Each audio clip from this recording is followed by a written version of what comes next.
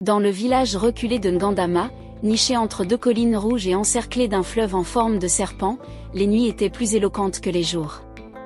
Le silence du soir n'était jamais vide, il était rempli des bruissements des feuilles de baobab, du grattement des grillons, et surtout, du regard bienveillant de la lune.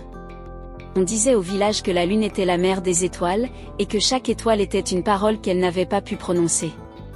Lorsque les anciens racontaient cela autour du feu, les enfants s'émerveillaient. Mais une nuit, cette légende prit vie. Kemo était un garçon de 15 ans, maigre comme un roseau, avec des yeux trop tristes pour son âge. Il vivait seul avec sa grand-mère, Mahadiza, une guérisseuse respectée, mais désormais fatiguée. Depuis la mort mystérieuse de ses parents dans un incendie inexpliqué, Kemo s'était refermé comme une termitière sans ouverture. Chaque nuit, il montait sur la colline de la Lune, un mont sacré où personne n'osait aller après le coucher du soleil, car les anciens disaient que les esprits y dansaient. Mais Kemo y allait quand même, s'allongeait dans l'herbe, et regardait le ciel. Un soir, alors qu'il pleurait silencieusement sous la pleine lune, une étoile filante fendit le ciel. Elle tomba, non loin, dans la savane. Intrigué, Kemo suivit la lumière. Il marcha longtemps, les pieds nus, le cœur battant, jusqu'à une clairière où reposait une pierre chaude et brillante comme un œuf d'argent. Lorsqu'il la toucha, une voix douce s'éleva dans sa tête. « Kemo, ton chagrin n'est pas une prison. Il est une clé. L'incendie n'était pas un accident.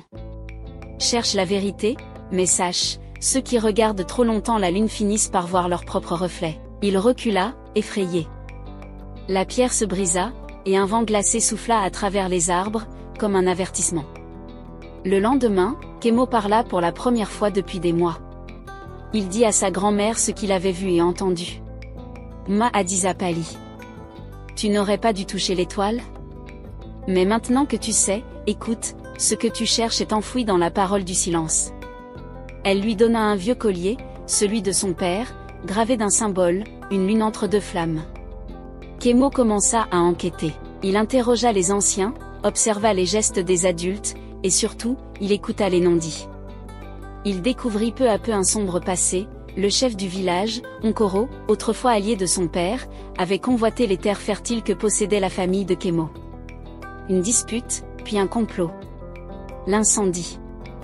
Les parents de Kemo n'avaient jamais eu une chance. Un soir, alors que le chef dormait, Kemo alla graver sur sa porte « La lune ne ment jamais ». La nouvelle se répandit comme du feu dans une brousse sèche. Onkoro nia tout, mais Kemo, fort de ses découvertes et des confidences de quelques vieillards, exigea un jugement du Conseil des Anciens, sous la lumière de la pleine lune. Le village entier se rassembla autour du grand fromager. Le silence était pesant.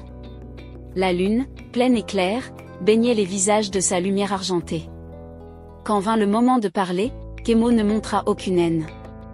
Il raconta calmement, avec précision, ce qu'il savait, ce qu'il avait vu, ce qu'on lui avait caché.